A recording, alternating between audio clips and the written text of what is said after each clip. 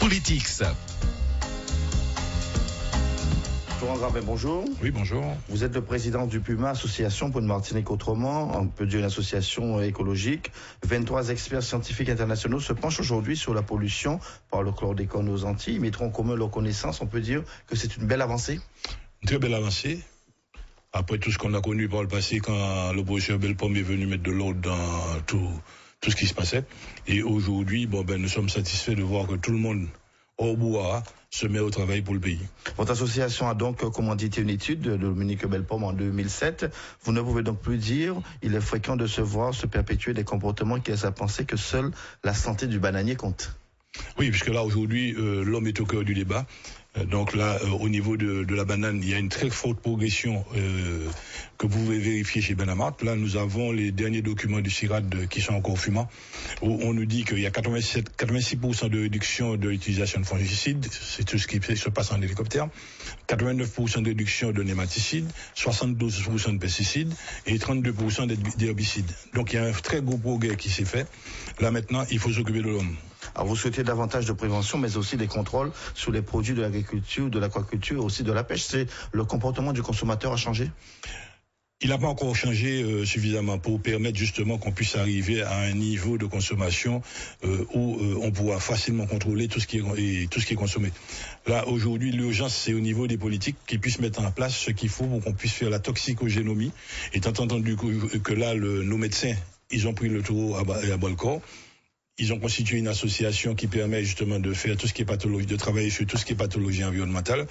Donc, là-bas, au niveau des politiques, l'urgence se trouve au niveau de la toxicogénomie, savoir ce qui se passe réellement dans le corps de l'homme. Mais il y a quand même des problèmes puisque les spécialistes reconnaissent que la molécule de chlordécone possède des propriétés spécifiques qui ne permettent pas directement l'application directe de méthodes de dépollution. Donc entendre par là que la molécule reste encore pendant plusieurs années dans les sols.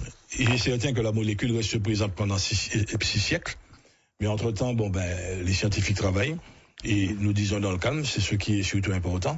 Et donc il arrivera peut-être demain, un de ceux qui se trouvent dans le berceau pourra trouver la formule qui permettra de sauver la Martinique. Mais enfin, l'urgence pour nous, c'est de faire de la Martinique un pôle d'excellence. Faire de la Martinique une terre où on peut, au niveau mondial, parler de dépollution. Montrer au monde entier comment c'est possible de dépolluer. Il suffit d'aller voir ce qui se passe au niveau de la banane, où il y a un grand retour de tout ce qui est vie dans le sol. C'est une parfaite information, une grande information. Il suffit d'aller voir comment aujourd'hui, je vous dis à Benamart, vous prenez le contact de ce groupement, tout ce qu'ils ont fait comme progrès en matière d'utilisation de pesticides. Donc ils ont reculé énormément. Nous ne pouvons que nous féliciter de cette situation. Je reviens au comportement du consommateur. Davantage de marchés bio, davantage d'ouverture, une grande traçabilité des produits? Alors, pour que le consommateur puisse changer, il faut que déjà le maire lui-même change. Il faut que chaque maire ait sur son territoire un marché bio.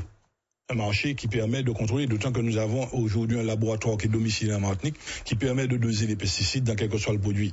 Donc là, à partir de là, on pourra réguler, on pourra sélectionner les produits qui ne sont pas pollués, et le consommateur, c'est lui qui finalement gagnera dans l'affaire. Quel regard avez-vous maintenant sur le plan chlordécone de 2008-2010, arrêté par l'État, notamment des mesures qui sont identifiées, accompagnement d'agriculture, surveillance des sols, analyse des sols, de l'eau, des denrées alimentaires?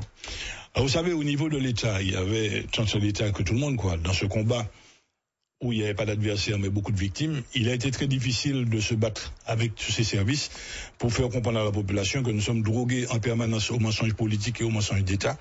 Et là, aujourd'hui, ils ont enfin compris, et nous vous rappelons depuis le passage du professeur Bellepomme, ils ont enfin compris qu'il fallait changer de donne, qu'il fallait changer de cap, et c'est la population qui en tire profit.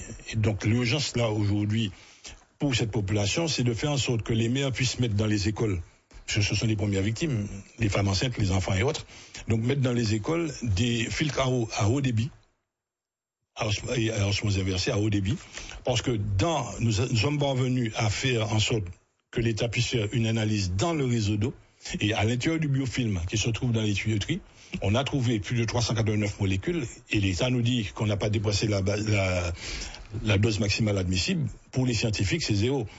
Donc, dessus, il y a un travail énorme à faire, il y a de la recherche à mettre en place, mais tout ça nécessite du financement, tout ça nécessite du courage politique, ce qu'on n'a pas connu par le passé dans l'ancienne région et aussi le département, puisque ces deux-là avaient rejeté les demandes. Aujourd'hui, tout cela est possible. Nous disons, il faut y aller. Est-ce que quelque part, on n'est pas aussi responsable, puisque le chlordécone apparaissait comme ce qu'on pourrait qualifier de première génération des pesticides, et il y a eu des demandes de dérogation, aussi bien de nos élus, pour qu'il y ait une prolongation de l'utilisation de ces produits.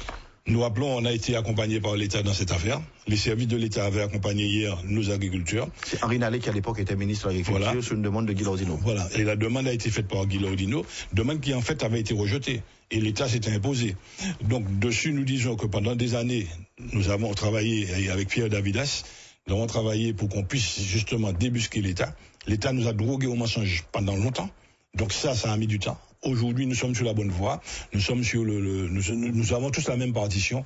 On peut dire que la Martinique est enfin sur le début du sauvetage. Vous faites confiance à toutes les missions qui ont été menées au regard des résultats aujourd'hui d'une grande réunion. J'entends par là la mission qui avait été menée par Joël Brogende. Puis il y a eu une mission, le rapport Sengaroff. Il y a aussi le rapport Kermarek. Autant de missions qui ont laissé des traces disant que le chlordécone était très dangereux pour les agriculteurs qui l'utilisaient ici à main nue. Oui, non seulement il n'y a pas que le chlordécone, c'est là le piège de l'État. Nous avons plus de 150 molécules qu'on avait introduites hier dans la production bananière et agricole. Donc dessus, quel que soit le document que nous avons, nous le faisons toujours expertiser par Gilles Seralini, Corinne Lepage ou Dominique Belpomme. Et tant qu'on n'a pas leur avis, nous ne disons pas, messieurs, bravo, c'est bon, on y va. Donc dessus, ce sont des services que nous contrôlons, que nous parvenons à faire contrôler par les expertises internationales. Et ce que nous attendons, ce sont les résultats de Guadeloupe. Ça fait plus de 3 ans que le préfet nous raconte que ça arrive. Nous ne savons pas ce qui se passe. Donc nous voulons savoir exactement où en est l'étude de Guadeloupe. Mais en attendant, comme je vous dis, la principale chose qui était à faire, c'était d'arrêter cette production massive, cette consommation massive de pesticides. Là, nous y sommes. Là, les chiffres, vous les avez, là. Donc, on a bon espoir. Quelle valeur à la réunion d'aujourd'hui, les 23 experts internationaux? Mais c'est toujours de la recherche. Ils vont travailler ensemble, ils vont échanger. La seule chose que nous demandons, que ce soit pas simplement une grande messe, mais que tout ce qui se fait comme opération soit confirmé dans la littérature internationale, scientifique. Et soit validé.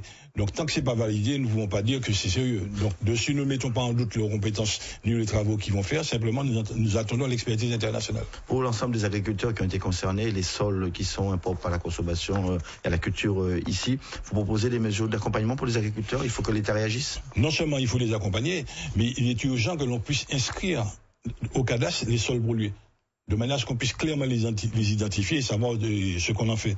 Bon, maintenant, je vous dis, c'est une question de courage politique. Et ils ne sont pas nombreux, les politiques, qui veulent justement dénoncer les pratiques agricoles. Vous les avez jamais entendus sur le sujet. Maintenant qu'ils sont sur la bonne voie, nous espérons que là, on pourra voir enfin leur belle cravate. Merci, Florent Grambin. Politics.